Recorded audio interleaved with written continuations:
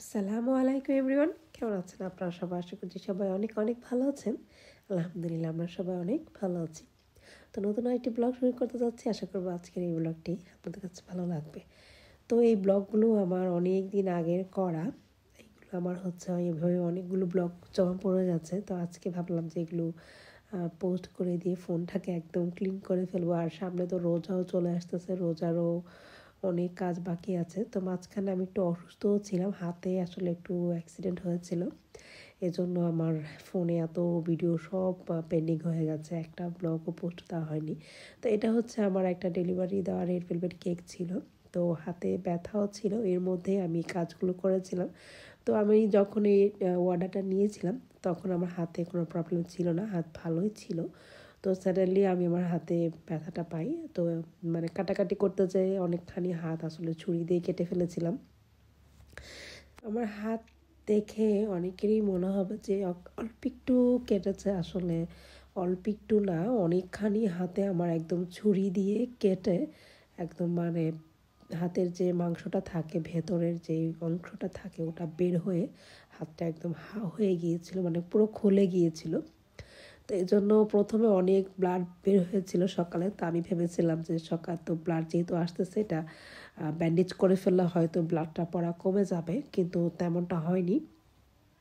সকালের পর থেকে আবার একদম ব্লাড পড়া অনবরত শুরু হয়ে যায়। তো আমি ফার্মেসিতে যাওয়ার পরে ফার্মেসিতে ওরা একদমই আমার হাতটাকে টাচও করে না, বলা যায় তোমরা হসপিটালে যাও, তোমার ভেতরে হাতে অনেক বেশি ডেবে গেছে, তোমাকে অবশ্যই হসপিটালে যেতে হবে, আমরা কিছু করব না। তো আমাদের দেশে দেখা যায়, বাংলাদেশে আর কি, তো ছোট হোক বা বড় যে কোনো ধরনের অ্যাক্সিডেন্ট হলে আপনার কিন্তু দৌড়ে হচ্ছে যে ফার্মেসিতে যায়। তো কত বড় বড় দেখা যায় সেলাই তারা হসপিটালে না যেয়ে ফার্মেসিতেই করে ফেলে। তো যাই হোক, এক এক দেশের আর কি এক এক নিয়ম। ওরা যখন আমার হাত থেকে ব্লাড পড়তেছে, দেখতেছিল যে ব্লাড থামতেছিল না, ওই জন্য ওরা আর কি রিস্ক নিতে চাচ্ছিল না। হসপিটালে এখানে ইমার্জেন্সিতে যাওয়ার পরে আরেক কাহিনী, পর্তুগালে এই ফার্স্ট টাইম আমি হসপিটালে ইমার্জেন্সিতে গেলাম। ইমার্জেন্সিতে যাওয়ার পরে মনে হচ্ছিল যে ইমার্জেন্সিতে না এসে আমি বাসায় শুয়ে থাকলে হয়তো আরও তাড়াতাড়ি সুস্থ হয়ে যেতাম।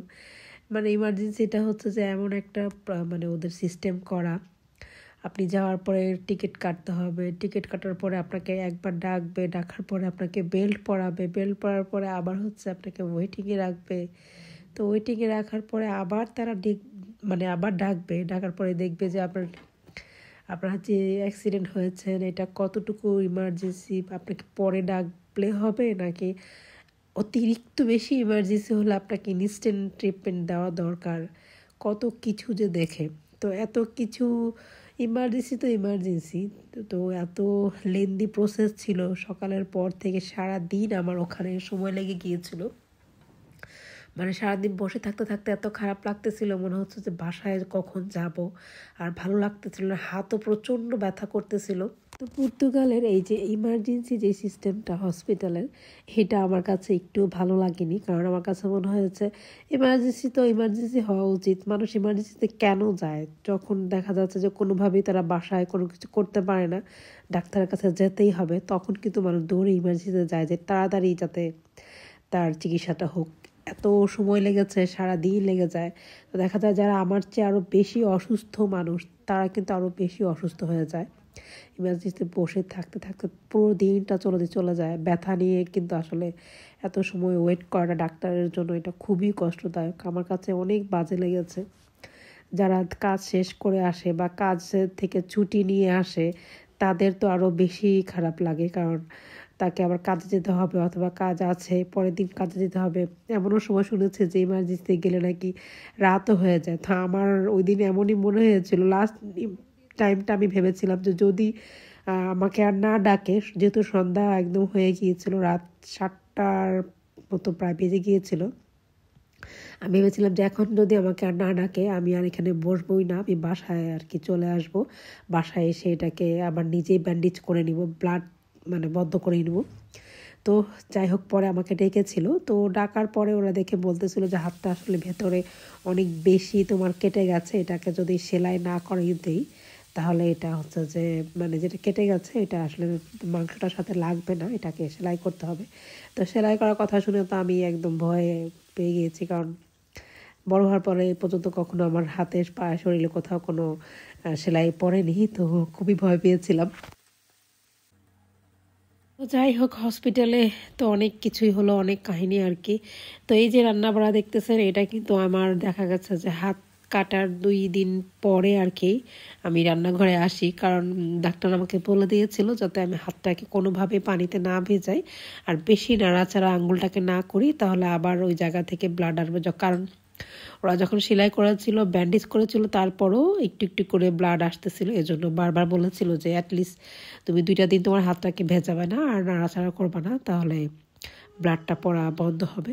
তো রান্না বাড়া তো করতেই হবে, খাওয়া দাওয়া না করলে তো আর পেট চলবে না। তার এই বিদেশের বাড়িতে কে কাকে কয়দিন এসে দেখবে, তো এখানে তো এমন কাছের কেউই নেই। তারপরও 1-2 দিন পরে আমি আসলে রান্না করি, তো ভাবলাম যে যেহেতু কয়েকদিন হাত নাড়াচাড়া করবোই না, আচ্ছা একদিন রান্না না করে থাকা যায়, যে বাচ্চারা হয়তো স্কুল থেকে এসে নর্মালি কোনো অন্য কিছু খেয়ে নেবে।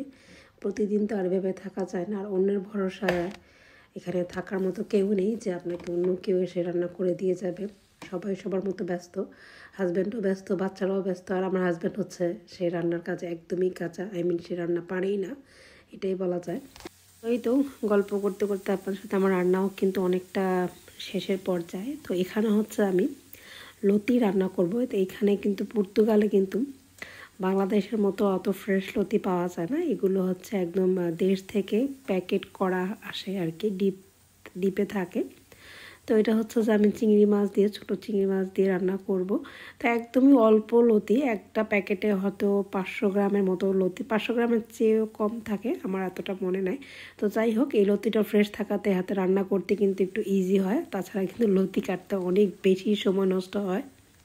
অনেকেই আমাকে মেসেজে জিজ্ঞেস করে যে বাচ্চাদেরকে স্কুলে মানে মুসলিম ধর্ম সম্পর্কে কোনো কিছু শেখানো হয় কি না, বা আমরা যে মুসলমান এই সম্পর্কে তাদেরকে আইডিয়া দেওয়া হয় কি না। আমাদের দেশে বাংলাদেশে যেরকম ইসলাম ধর্ম বই আছে, এখানে এমনটা স্কুলে আছে কি না কোনো এক্সট্রা বুক। তো এখানে এমন কোনো বই নাই, ইসলাম সম্পর্কে কোনো এক্সট্রা কোনো বুক নাই। আপনি যদি আপনার বাচ্চাদেরকে প্রাইভেটে পড়াতে চান তাহলে হচ্ছে ওইটার কথা আলাদা, ওখানে সব কিছু শেখাবে। ইসলাম সম্পর্কে ধারণা দেবে, বাচ্চাদের ইসলাম বই থাকবে, এ টু জেড তাদেরকে কোরআন নামাজ সবই শেখাবে। কিন্তু আপনি যদি সরকারি স্কুলে পর্তুগিজ স্কুলে পড়ান তাহলে বাচ্চাদেরকে ওরা ইসলাম সম্পর্কে কোনো কিছুই বলবেও না, আর কোনো ইসলাম ধর্মের বইও ওদেরকে নেয়, কোনো ধর্মই সম্পর্কে ওরা কোনো আইডিয়া দেয় না বাচ্চাদেরকে।